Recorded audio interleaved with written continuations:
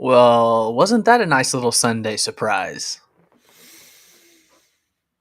Yes. Surprise? Well, we can certainly talk about that. I'm Yes, it not was. talking about the win. I'm talking about who played. Yes, that too. Yes, all of that. Tomislav Ivisic back on the court for Illinois. We'll talk about the game here in a little bit. Before we do that, all the particulars out of the way. Like, share, subscribe. This is the best Damn Illini Postgame Show from No One Asked Us. He is Logan Lee. I'm Craig Show. All the socials are on the screen in front of you. If you're listening, they are in the description below, wherever you are listening. Thank you for tuning in. Subscribe. Let's try and get to 700 before postseason. We're like 670, I think. Let's try and get to 700 before the postseason. And like the video while you're here as well. Tomislav Ivisic back for Illinois today. I think kind of out of nowhere. I know Brad's comments yesterday seemed to give some people some hope that he was doing some stuff and he was going to be questionable because the last couple of games he was out. I did not think he would be back because that's a quick turn from Thursday to Sunday to play. But about an hour and a half before the game, it started to seem like he was going to play because he was in uniform and taking shots pregame. So nice to have him back. Obviously, this team is much better and a different team with him. And he played pretty well, 12 points, 10 boards, 5 of 11 shooting. And he did play 29 minutes, which I was surprised by. I thought maybe 10 to 15 coming back from mono. But he got almost his full average of minutes in 29, and Illinois wins 87 to 79. I'm assuming you saw the pregame stuff of him starting to come in. Did you think he was going to play? I did see the stuff. Thank you for asking. After seeing the photos that I saw and the comments that I saw, my guess would have been that he would have played, but he would have been on much of a minutes restriction, as you just basically said. That would have been my expectation. As you said, 15 minutes probably would have been my cap. I would not expected him to play as much as he did. So that to me was the bigger shock, was how much he played. We knew at some point he was going to get back on the court. You never know with mono. It's something that some people will get over it in the span of a week. Some people it takes a month. Some could be more. So I think to me, that was the biggest surprise, was how much he played in this game. Yeah, I mean, they threw him back in like he didn't miss anything, which was I don't think many people expected that. Running through the stats, another Will Riley show. 24 points, 7 of 9 from the field, 9 of 12 from the free throw line. He kind of took over this game in the second half. He was very impressive in the second half. He had 20 of his 24 were in the second half. Great game from Will. Morez Johnson, a double-double. He had the double-double in the first half. He had 10 and 10 in the first half, 14 and 15 for the game. Kylan Boswell also scored 14 points. I told you Ivisic with 12 and 10, and then Dra Gibbs-Lawhorn had 10 points and 2 rebounds. Illinois had 43 rebounds. 25 of those came from 2 guys, Morez and Ivisic. No one else had more than 3 rebounds today. Yakichonis had a pretty pedestrian game, I would call it, for his standards. 8 points, 7 assists, and 4 more turnovers for him. So another kind of sloppy game from KJ. But my biggest takeaway, and I should have pulled this up before, and I don't think I'm going to have time to do it to get the exactly right. Illinois only shot 23s. Is that a season low? That has to be a season low. Yeah, that's what my dad asked me late in the game. It's got to be. This is a team that has shot amongst the most threes in all of college basketball. And this is a team that has lived and died by the 3. And this is a team that obviously today in the first half was not making them. So, yes, I would venture to guess that might be a season low for this team in terms of 3-point shots. The last 3-point attempt was at 8:03 by KJ. Illinois was down 63 to 61. So that is a 10-point swing when you started attacking the rim. They only shot 5 threes in the second half. Second half, only shot 5 threes. Yep. Yeah. What was our beef with Thursday night? No adjustments. Brad not only made adjustments at halftime, but he also made adjustments in the starting lineup. And I think both were pretty key to this. And I don't know how much like the starting lineup really affected it because they weren't exactly firing on all cylinders in the first half anyway. And the minutes are kind of still the minutes, but I think that was probably a good wake-up call to some guys. I think this is one of the better Kylan Boswell games we've had in a while. This was, Dre got his 10, which, good, great, I'll take it. But yeah, I think that was huge. And then, I think he finally said, stop shooting threes. Like, I know this has been what we want to do. This has been our MO. And if we're making them, it's one thing, but like when we're going to go 3 for 15 in the first half at home, like just stop. Use what other skills we have to get to the basket, whether that's strength, athleticism, just flat out cutting, just like whatever you can, just get to the basket. And it helps when you have two true post players that are at this point, oftentimes two of the best players on the court. You can do a lot. And you don't have to limit yourself to just being a 3-point shooting team. And they made that adjustment, and it was huge. And props to them because that's just not something that Brad Underwood is known to do. That's obviously probably his biggest gripe from the fan base is Brad does not make in-game adjustments. And I think there are a lot of people that question whether Brad Underwood's a great X's and O coach to begin with. But especially the in-game stuff. And today was huge. I don't know what was said. I don't know if he just said stop shooting them or what, but whatever decision was made, it was obviously the right one. I don't know if this is the correct verbiage of this, and I feel like I've talked about this to people before. It might have been you. I think it was someone else. I think Brad kind of just swallowed his pride with some of these guys, and he gets loyal to these guys and he rides them and he doesn't change. And I think today he probably had to swallow some pride with, I don't want to say names, but with a couple of the guys in the starting lineup, a couple of guys that were getting more minutes. He probably had to be like, it's not working. I got to do something else. I've been throwing some comments up here, but hey, Matt, Southern Illinois guy. A couple of big Brad moments today. Changed the starting lineup and finishing lineup today, which isn't normal for him, and halftime adjustments from three to driving the ball. Yeah, we didn't talk about the starting lineup change, so I guess we'll dive into that now.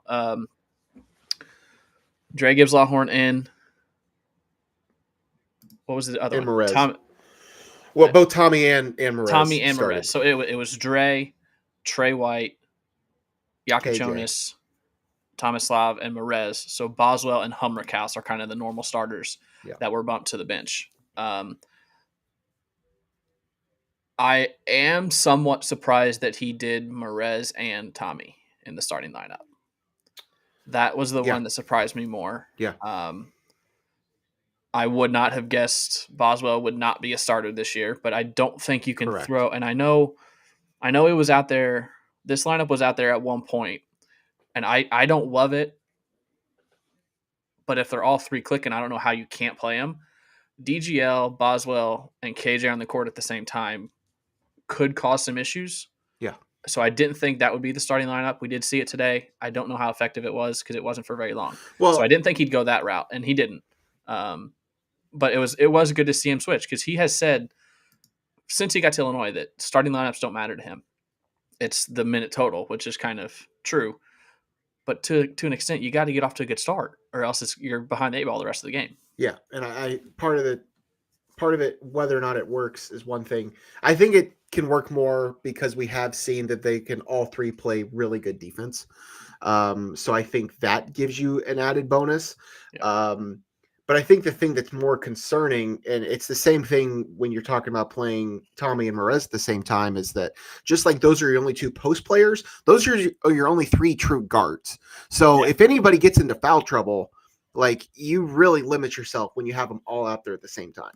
Now that not to say that's not something you can't adjust to, you can't play with, but I mean, when it comes down to it, the 3 of them and the 2 posts probably your 5 best players at this point. So, like I mean, and obviously Will and Trey has his moments and whatever, but I mean, yeah, I think you're going to see more. I think you're going to see it more. I think you're going to see the three of them playing together more and the two bigs playing together more. I think, as you said, I think it's just not working for some of the other guys. Now they'll have their moments. Ben will have games where he's hitting shots and, you know, his playing time will increase, and Trey will probably have some more games where he's actually a little bit more efficient and effective. But we're just seeing those type of things fewer and further between at this point.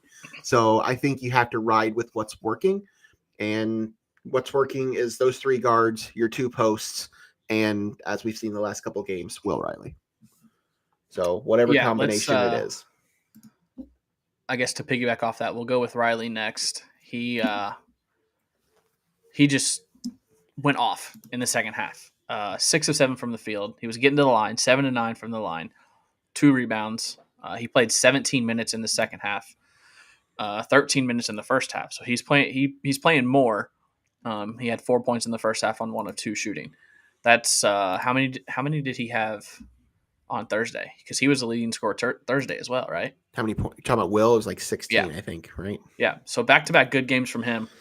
This is the one and done Will Riley, the first round NBA draft pick that people said he was. And if he continues to do this, that takes this team to another level. I still, one game doesn't change my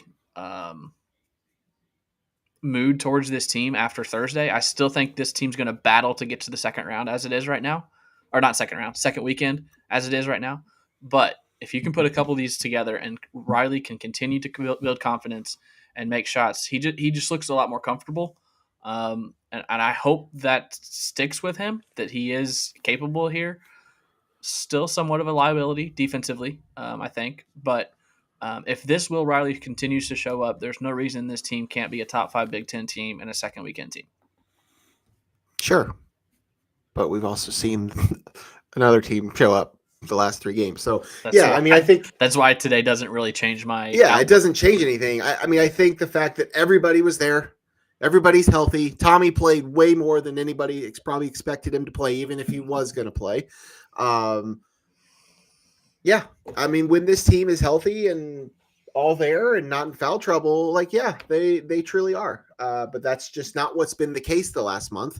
So we'll just have to see if they can all start to click. Then yeah, this is the team. And you're talking about Will. I mean, yeah, 16 points. He had 16 points against Nebraska. So he had 19 against Michigan State, and then 0-point performance against Maryland, 4 points against Northwestern, and then the 16 and the 24. So his best Big Ten performances have come in 3 of the last 5 games. From a scoring standpoint. So yeah, he's really starting to click a little bit. It's just something we've talked about a lot, is that this team does have a lot of weapons. You know, they're not always clicking. Obviously, we've seen it the last few games. It hasn't really been working. But I think we're still, what are we, a Jake Davis 20-point performance away from like 9 guys putting up a 20-point. And I mean, that wouldn't shock me if he gets on a heater in a game. He can hit some threes, and like, there's just too many guys. So, you know, when you have the injuries and the health issues that they've had, and they're still learning, growing through some things, obviously this team's going to probably still continue to struggle. But this is the team that we thought we were going to see it earlier in the season, and that we did see it at different points earlier in the season. So hopefully it's a new month. We can put January behind us and we can just move past this, because key parts of the season are coming up here in the next couple of weeks. Can we go into Craig's analytic corner for a second? I would love to. Do we have a graphic overlay for that? No. We'll get our producer on with that. A bumper with a sound producer. Producer behind the scenes, unnamed producer. Get to work on that. There is no producer.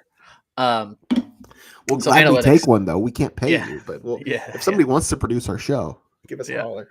The 2 that I like are efficiency and game score. Efficiency is the good minus the bad. We talked about it on Thursday. Morez Johnson with a 27, not surprising. Will Riley with a 21. So Will was great tonight, and his game score was 18.9. That's on a scale of 0 to 40.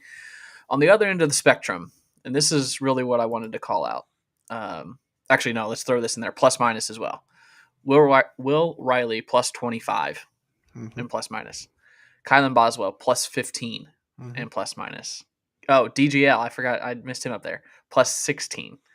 No one else in plus double figures. Had 3 guys negative. Jake Davis minus 3. He only played a couple minutes, so that's not surprising. Kasparas Yakachonis minus 11 today. He was bad in the first half. But that's nothing compared to one Trey White. Minus 22. Minus 21 in the first half. Trey White played 2 minutes in the first half. He was taken out with 18:24 left in the second half and did not return to the game. Concerning or an anomaly? That's one of your 5 starters. No, it's concerning. It's concerning at this point in the season. Now, again, there's still a lot of basketball to be played, and we've just gone through a really rough month. So, like, there's going to be ups and downs. But, yeah, it's concerning. I mean, he coming into the season, he was your most experienced Division I college basketball player, him or Kylan? Him and Kylan, yeah, they're both juniors. They both played 2 years. So, like, yeah. High major experience. He was the first guy they brought in. Like, and I don't know that either of us or really anybody had a ton of faith in the Trey White experience. But he's a guy that at various points in the season can do things the right way, but he's just never been somebody that I fully trusted. And that's not good. Because even if he, for some reason, completely falls out of the rotation, that's probably even worse, because then your depth is really shot. If he's becomes totally unplayable, which I don't think he will be. I think this is probably more skewing anomaly, but it's still concerning. It's still very concerning, because that's you can't have that. I mean, he took 2 shots. He was 0 for 2 from the field, did not score a single point, had 2 rebounds. He had 1 foul, 0 assists, 0 turnovers, for what it's worth. Like, he did not, like, he was a 0. Like, he was as close to a trillion as you can get. He was a literal 0 in efficiency. And yeah, so I don't know. I would hope and think it's more anomaly, but it's still concerning at this point in the season. He hasn't scored in double figures since the USC game.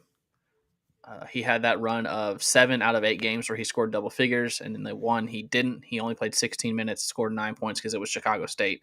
He probably didn't play half of the second half. So he went on that hot run, but he has not scored double figures since then, and he's missing a lot of shots. So yeah, something.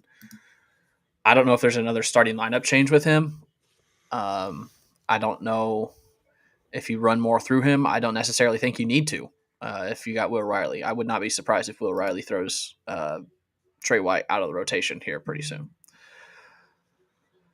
Let's see here. What would you, now that Brad has actually made a lineup change, which Brad never really does, what would you prefer the starting lineup to be on this team? Now that we've seen this much of the season, assuming everybody's healthy and everything, what would your ideal starting 5 be? Right now, KJ, DGL, Morez, Tomislav, and then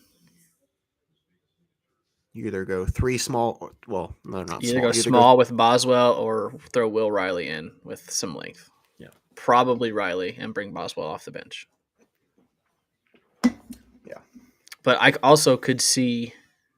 I mean, it's hard to go back after you just throw it out after one game. I could also see DGL coming off the bench because he's like instant spark plug. Right, but that was the reason why. But Brad that's did that. Yeah.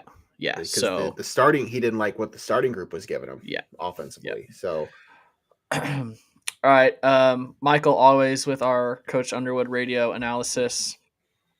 Thanks, Michael. Coach said we were too complacent in the first half and didn't attack. He said Boswell was good on defense. Which is not surprising. I think a lot of these guys are really good defensively. But then you also have the weak spots. I still think Hummerkaus is a liability. And there was one more. Jake Davis is a liability and Will Riley. So other than that, I think they're pretty good. Brad giving Riley big kudos for second half run. And then this one, Brad knew Tommy was back yesterday, which doesn't surprise me going through practices and stuff. I am curious, and I think Michael put it in here too. I'm curious how much he practiced between Thursday and today.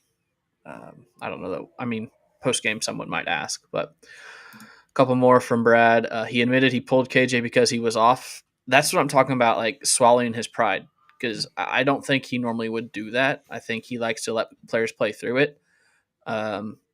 So I hate that KJ wasn't out there and he wasn't part of the run because he is our best player. But he was off, but the other three were just playing better, playing really good. Yeah, the other five were just those were the five you just have to have on the court. Now, I mean, most of the time KJ is going to be in that five, but on this day in particular, he was not one of the five best players Illinois had. So, and he didn't need to be out there. They were doing all that stuff without him. Okay, I got some starred stuff here, so you guys can keep throwing it in the chat, but I've got some starred and pinned stuff that I want to go back and talk about. One of them we already talked about. Two of them we already talked about. John Lee, how likely is it that Illinois can go 7-1 rest of regular Big Ten? Can go? Yeah, this team could go 8-0. Will they? No. No, they won't. There's too much inconsistency. I mean, we've, if we could just like remove January, that'd be one thing. But again, a lot of the January losses came with players out via injury or illness or Big Ten officiating. But I don't think they'll go 7-1. I think that if Illinois is playing consistently good basketball, I think there's a chance they could win 6, maybe. 7-1 seems difficult, but again, if they're clicking, every night, sure, but I just don't see that happening. I think there's too many questions, too many holes, too many things that need to get figured out. Would love to see it though, but I'm not sure I'm there. Yeah. A lot of praise for Morez Johnson. We haven't singled him out today. I love Morez. I mean, I forgot which one of the guys said it in the group chat, but they said he's a basketball vacuum. And that was a great way to put it. If the ball's on the ground, if it's coming off the glass, he's going to be right there. He does so many good things. Still needs to figure out how to finish better in some traffic with these Big Ten bigs. He has trouble at the rim, but I love the dynamic of Ivisic and Morez, even though they're both pretty big and could cause some defensive matchup adjustments. Like Morez was guarding Devin Royal a lot tonight, and he just couldn't keep up with him. But he does so many good things. I don't know how you can keep him off the floor. Yeah, no, I agree. I would love to see more of that, and I think we will see more of that. I think they'll just. I mean, how many teams coming up though play two bigs? I mean, I know a few of them do. Yeah. So, I mean, it's certainly more within reason now. But yeah, I mean, they're two of your best players. You just got to keep them on the court. Best dunk of the year? Yeah. This team hasn't flown above the rim too much. That's DGL with his size. Like, that was pretty impressive. Yeah. I don't think I have too much else. I don't see anything else in the box score. Do you see anything else? No. What did the notes coming in that I missed? What did the rebounding difference? 43 to 31. Yeah. Got out rebounded offensively, which this team has been very good offensive rebounding the past few weeks. But the bench point or the points in the paint was big. I know they talked about that on the broadcast. 52 points in the paint for Illinois. Very different than what we've seen. That has to be a season high. 23s has to be a season low. And look what it got you. I mean, that's exactly what I I feel like Brad might have listened to the show on Thursday because it was about adjustments. Or he saw your rant. Yeah, it was about adjustments and why you keep shooting threes if you're missing them. Do something different, and that's what they did. So, yeah, we can look ahead. It's Sunday. We you see that out of here. The comment that just came across, because that's what from Papa Lee. Yeah, that's what the text I saw earlier, because I was looking 287th of 364 and 30-point percentage in the nation. I looked that up the other day because Louisville is even worse than Illinois, and I was looking up where Louisville was, and Illinois was not much better. No, and after he sent me that text, I was curious how many Illinois has made where they rank there. What do you mean? Like made 3-pointers. Like, I know that's percentage, but I'm talking like total makes. Oh, that's what I was curious about. Are you looking it up? I was trying to, but I'm not getting very quickly. They're not as high as I was thinking they would be. Is basically what I was getting at. 29th, 9.9. Yeah, and Louisville is at 9.9 as well at 30th. 9.9 made out of 31.5 shot. I do not know if that includes today. I'm assuming not, but this team is not. This team is not the 3-point shooting team that Brad thinks they are. No. I get probably why he thought they were. I think that was kind of Ben Hubbard-House's whole thing was shooting threes. Mm-hmm. But those haven't really fallen. There's just it's just not working. So I think this is probably the turning point where Brad realizes, like, we got to do something different. There will be games that the threes will fall and they'll keep shooting them, and that number will go up again. But I think they just need to realize, like, the games that it's not working, you can do something else. Like, this team has other abilities. It's not just about shooting threes. I mean, that's the thing that might have, and subconsciously, I didn't put this together until just now. KJ can get in the paint whenever he wants. Yeah. Boswell has proven he can get in the paint whenever he wants. DGL He's so lately, strong. Yeah, but he can't finish at the rim. That's another conversation. No, layups. Why can he not make layups? Layups. DGL might be the best of all three at getting and slashing into the paint. So now that he's seen it, maybe he's like, off these ball screens, don't throw it out to the popper. Take it in the paint and either lob it up to one of your 2 7-footers or go at the rim and get a foul or make a layup. I mean, it makes so much sense now that we've seen it. And I just put that together that these 3 guards are really, like, they can do what they want off these ball screens, especially KJ. I will say, if KJ throws too many more of these dribble, like, sidearm, like, whip around passes, it's going to be a problem. Well, I saw somebody in the comments commenting on the defense is getting into his passing lanes, but that wasn't the problem. No, it was just errant passes. And a couple of them, like a couple of the early ones, there was a ton of turnovers in the first half. And a couple of them were Tommy throw into somebody that wasn't there. Like, there was a bunch of bullshit passes. 8 turnovers in the first half, but 3 KJ's, in the second half. As a team, 8 turnovers in the first half, 3 in the second half. I think KJ tries to be Dallas Mavericks great Luka Doncic. Former Dallas Mavericks great. What are you talking about?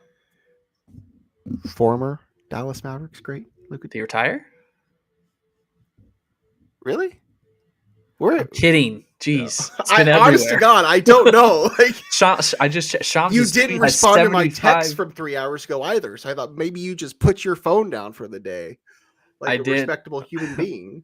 I did put my phone down. I stayed off of Twitter last night and this morning because I hadn't watched the Royal Rumble yet, and I didn't want to spoil it for the Royal Rumble. But I got on last night to see Shams' tweet and Shams' bomb. That's crazy. 75 million views on his initial tweet. There was something else I was going to say. Oh, KenPom. Someone's talking about KenPom. Has it been updated? They're up to 12. Yeah, up to 12. My subscription expired, so I need to renew that. Yeah, so I can't go in and look, but up to 12. What do you want to see? What were we before the game? 16, I think. They jumped like 3 or 4 spots. Okay. Buzilla says Arkansas winning last night gave us another quad 1. Is that true? I haven't looked at that, but Arkansas is a quad 1 win right now. Yes, correct. Yeah, that was awesome. I loved seeing that. Freaking Kentucky, man. Yeah, happy for that Cal. is currently a quad 1 win. Illinois has 6 quad 1 wins, which that's a good number. They've also lost 6 quad 1 games, but what's the quad 2 loss? Is that USC? That's not gonna. No, that's gonna stay a quad 2, isn't it? Yep. Yeah, because it's got to be top 30. 6-6 in quad 1, 3-1 in quad 2. Are you gonna do a bracket again? You were like a bracketologist for a good hot second. I like doing it. It just takes so much time. I don't know how to do it with all this team's going to go to this region for that reason. Yeah, this team's going to go to this region for that time. reason. Like, I don't know what those reasons are. So. Like, I like doing it, but like I have to like sit down and dedicate like 2 to 3 hours on like a Sunday morning to to do it, and it just I like doing it. Don't get me wrong, but I don't know. TBD. Okay, we've been on here for a while. Let's look ahead, and then we'll get out of here. Wednesday night. I'm assuming. What time is the game? You're assuming it's a night game? I mean, that's a pretty good assumption. 7:30 Central Time. 8:30 Eastern. Okay. That's on BTN terrible. From Piscataway, New Jersey. From Piscataway, yeah. Rutgers is another one of those you don't really know what you're going to get with them. Ace Bailey is a superstar. He is so good. He scored 38 the other night, 37 at Northwestern the other night, but he did only have 10 against Michigan yesterday. But he's really good. Dylan Harper has been out with an injury. Don't know if he's going to play. He's missed one. I think he missed one game for sure. I think he's missed a couple games now for them. So we'll see with there. That's their 2 horses. They are, what are they on the season? 11-11, 4-7. So they're middling. I mean, Pico's got to be on the hot seat, right? Bring in some talented dudes, and that's not exactly what you want, but ESPN Analytics gives Illinois 73.2% chance to win. What's your thoughts going in Wednesday night, Logan Lee?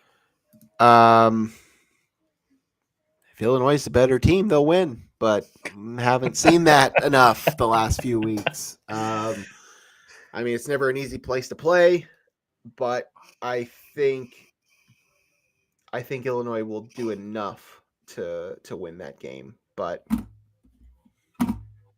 at this point, what's the point of predicting anything? Because you don't know. You just don't know. I mean, this team lost at home to USC.